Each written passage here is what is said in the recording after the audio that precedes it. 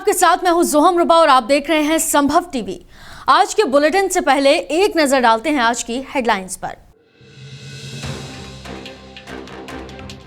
रूस ने किया यूक्रेन पर हमला, अब तक 9 नागरिकों की मौत। नवाब की गिरफ्तारी पर घमासान, मलिक को बर्खास्त नहीं करेगी उद्धव सरकार। प्रयागराज में अखिलेश यादव बोले, बीजेपी को हटाने के लिए जनता तैयार, यूपी से भाजपा का होगा सफाया। देश में 24 घंटे में 13,177 कोरोना के नए केस, 296 लोगों की अब तक मौत। अब खबरें विस्तार से। इस वक्त ये सबसे बड़ी खबर आ रही है यूक्रेन से, जहां लंबे तनाव के बाद रूस ने गुरुवार को सुबह 8:30 बजे यूक्रेन पर हमला बोल दिया। मिसाइल हमले में यूक्रेन के 9 नागरिकों की मौत हो गई। रूस की फौज यूक्रेन के कई इलाकों में पहुंच चुकी है। कई पैराट्रूपर्स यूक्रेन के मिलिट्री इंस्टॉलेशन पर उतारे गए हैं। देखिए किस तरह से रूस ने ऐलान जंग का ऐलान किया। हमारी इस रिपोर्ट में रूस ने यूक्रेन के साथ जंग की शुरुआत कर दी है। गुरुवार सुबह 8:30 बजे राष्ट्रपति व्लादिमीर पुतिन के सैन्य कार्रवाई के ऐलान के 5 मिनट बाद ही यूक्रेन में धमाके सुनाई दिए। मीडिया रिपोर्ट्स के मुताबिक रूस ने यूक्रेन की 12 जगहों को निशाना बनाया है। कीव में 2 जगह बैलिस्टिक मिसाइल से हमला किया गया है। इस हमले में अब तक 9 लोगों की मौत हो गई है। वहीं ताजा जानकारी के अनुसार रूस ने यूक्रेन के 2 गांवों पर भी कब्जा कर लिया है। यूक्रेन में राजधानी कीव समेत कई प्रांतों में 12 धमाके हुए। राजधानी कीव पर मिसाइल अटैक भी हुआ। वहां एयरपोर्ट बंद कर दिया गया है। इस कदम के चलते यूक्रेन में फंसे भारतीयों के रेस्क्यू मिशन को भी रोकना पड़ा। यूक्रेन गई एयर इंडिया की फ्लाइट खतरे के अलर्ट के चलते वापस लौट आई। उधर यूक्रेन का दावा है कि उसने 6 रूसी फाइटर जेट्स को मार गिराया है। बताया जा रहा है कि यूक्रेन के कई गांवों पर रूसी सेना का कब्जा हो गया है। यहां सिलसिलेवार धमाके हो रहे हैं। इसी बीच बेलारूस बॉर्डर से भी रूस ने हमला बोल दिया।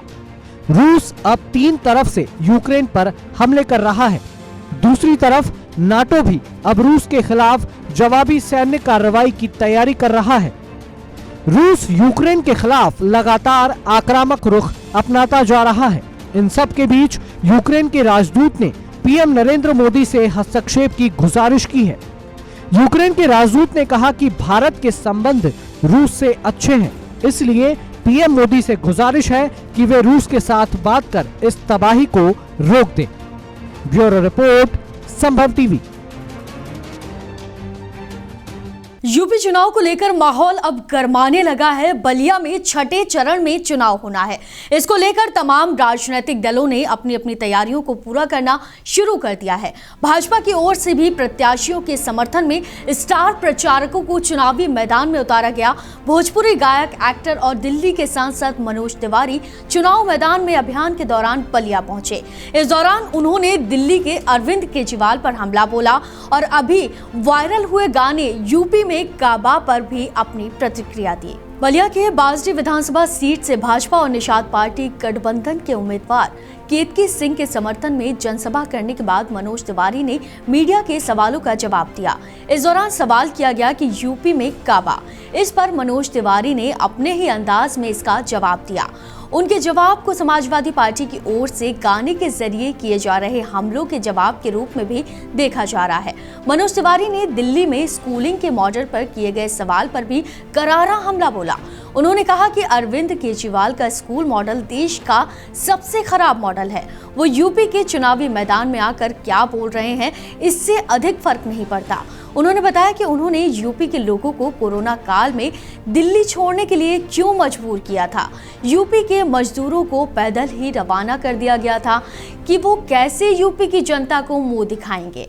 उत्तराखंड चुनाव के बाद से ही भाजपा में भीतरघात को लेकर घमासान मचा हुआ है। उत्तराखंड में भाजपा एक के बाद एक 5 सिटिंग विधायकों और मौजूदा प्रत्याशियों के आरोप लगने के बाद से बीजेपी बैकफुट पर है।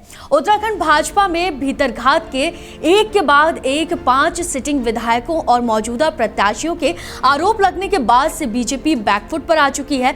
पार्टी के अंदर से उठ रही ऐसी आवाजों से हाईकमान भी नाराज है। माना जा रहा है कि यूपी विधानसभा चुनाव खत्म होने के बाद ऐसे नेताओं के खिलाफ पार्टी कार्रवाई करने जा रही है।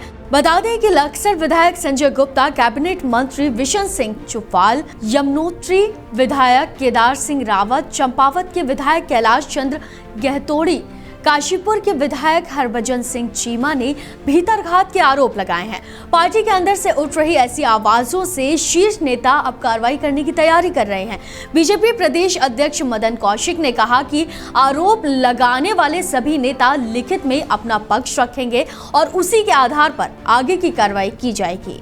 नहीं, पूरा पक्ष आ गया है, संगठन का पूरा पक्ष आ गया उस पर कि पार्टी फोरम पे जो भी बात होगी, चाहे वो किसी भी रूप में, उस पर सारी कुछ व्यवस्था के अंतर्गत कार्रवाई होगी। अभी होगी इसका कार्रवाई। अभी तो आरोप लगाने वाले जब भी जितने भी लोग हैं लिख के देंगे, पार्टी फोरम पे देंगे, तो फिर उसकी जांच उसी रूप में होगी। यूपी के जनपद चंदौली में इंडियन बैंक मुख्यालय में 40 लॉकरों को तोड़कर करोड़ों की डकैती और पुलिस के खुलासों को फर्जी खुलासा बताते हुए पीड़ित लॉकर धारकों ने लगातार धरना प्रदर्शन जारी किया हुआ है। इसी क्रम में घटना के 24 दिन के बाद मौके पर पहुंचे भाजपा विधायक ने पीड़ित लॉकर धारियों से मुलाकात कर पूरा मामला जाना।